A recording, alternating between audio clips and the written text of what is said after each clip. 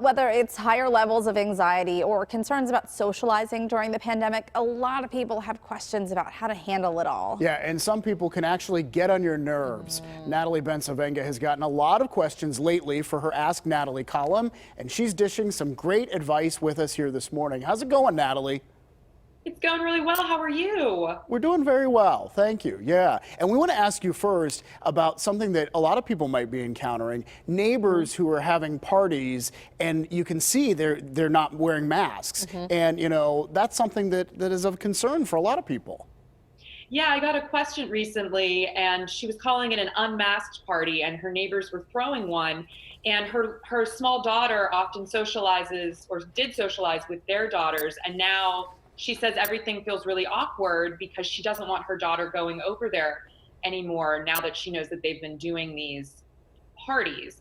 And she wanted to know what the issue would be if she would confront them. And I basically just told her, you have to prioritize you and your family's health above all else.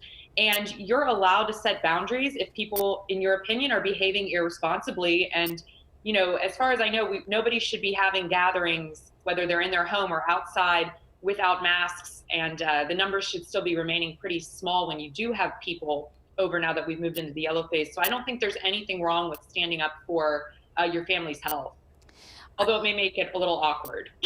Right. Yeah. Well, another question came in from someone whose friend is having a lot of anxiety about the pandemic, and the writer is not at that level anyways. And so the writer asked about how they can help their friends snap out of it. And you kind of had some stern words for them.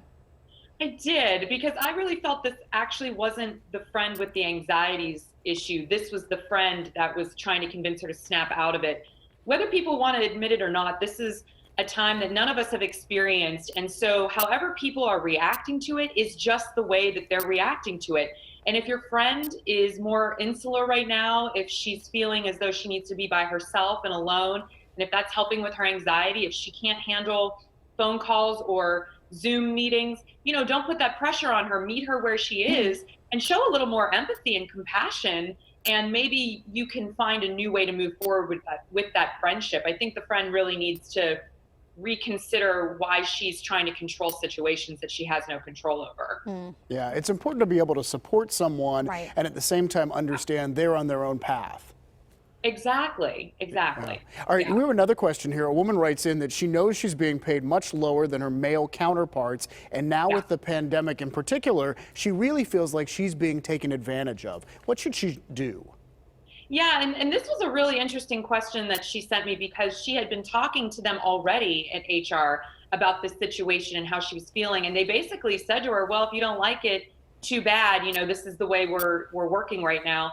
And, I told her, I said, the best time to look for a new job is while you're employed, because the stress of looking for a job when you're unemployed can often make you pick a job that maybe you don't want to have.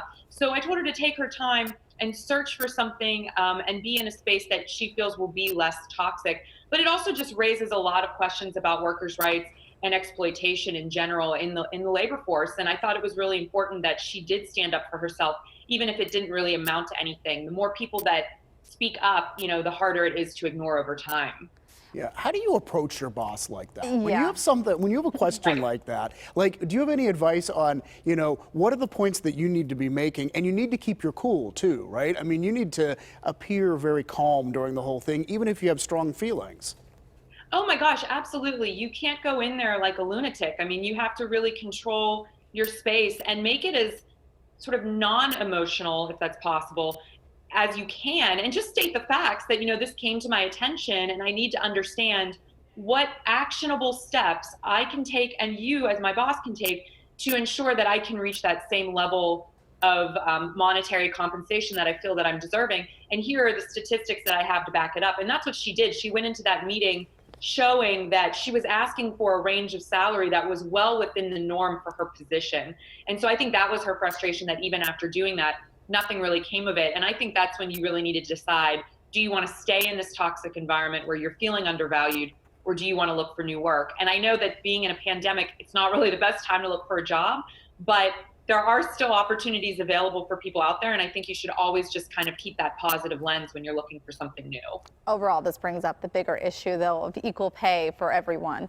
Yes, So absolutely. I also wanted to ask you about this because a woman says that she has this feeling that her professor is looking for an intimate relationship with her. She's a graduate student, and she said that he's been sending her flirty texts, and she's getting that impression.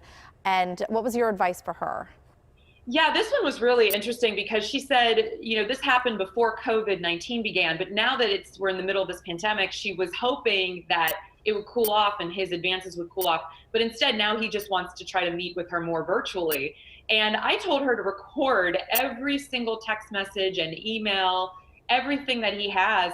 And she was really afraid to bring this to a higher level of management at the school, but she also knew of other women that have experienced this with him. And so I said, maybe if you approach somebody higher up with two or three other women that are willing to come forward with you, there is that safety in numbers, and there sort of is that, when there's smoke, there's fire. So how much smoke can you really ignore if you have 2 or 3 women with you? So I think the important part of that was to find the other women that have gone through this, band together, and then approach somebody higher up. And she doesn't have any family around here. She and I actually ended up emailing back and forth about this a little bit more, and she just didn't feel like she had any support system. And I told her that there will be somebody in that department that will sympathize. You just need to seek them out and heed their advice and figure this out, because once again, these abuses of power, they unfortunately will not go away unless we decide to change the system.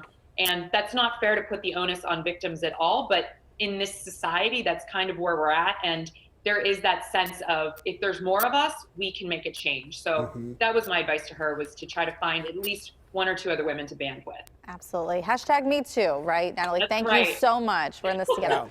And if you have a question for Ask Natalie, you can email her, and she may answer it in her next column. You'll find the link at pittsburghtodaylive.com.